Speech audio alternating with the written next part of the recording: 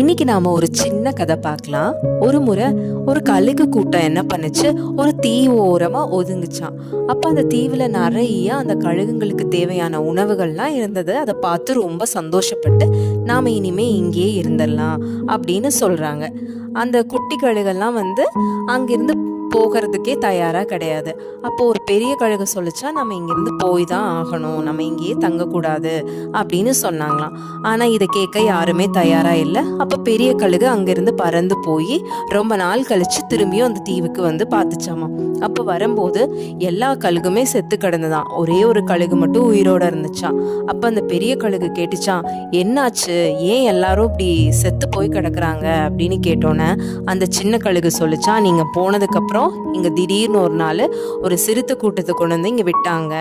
அப்போ அந்த சிறுத்தை கூட எங்களால சண்டையே போட முடியல, எங்களால பறக்கவும் முடியல. ஏன்னா ரொம்ப நாளா நாங்க பறக்காம இங்கேயே இப்படியே இருந்துட்டோம். அப்புறம் வேட்டையாடவும் எங்களால முடியல, ஏன்னா நாங்க வேட்டையாடி சாப்பிட்டும் ரொம்ப நாள் ஆச்சா, அதனால வேட்டையாடவும் முடியல, இங்கிருந்து பறந்து போகவும் முடியல, அதனால எல்லாருமே உயிர் விட்டுட்டாங்க அப்படின்னு சொல்லிச்சான்.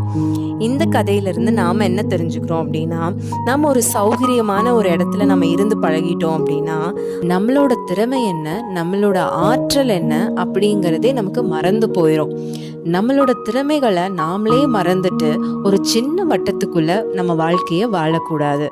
நம்மளோட திறமையும் நம்மளோட ஆற்றலையும் எதுக்காகவும் நம்ம மறந்தும் போகக்கூடாது. நன்றி.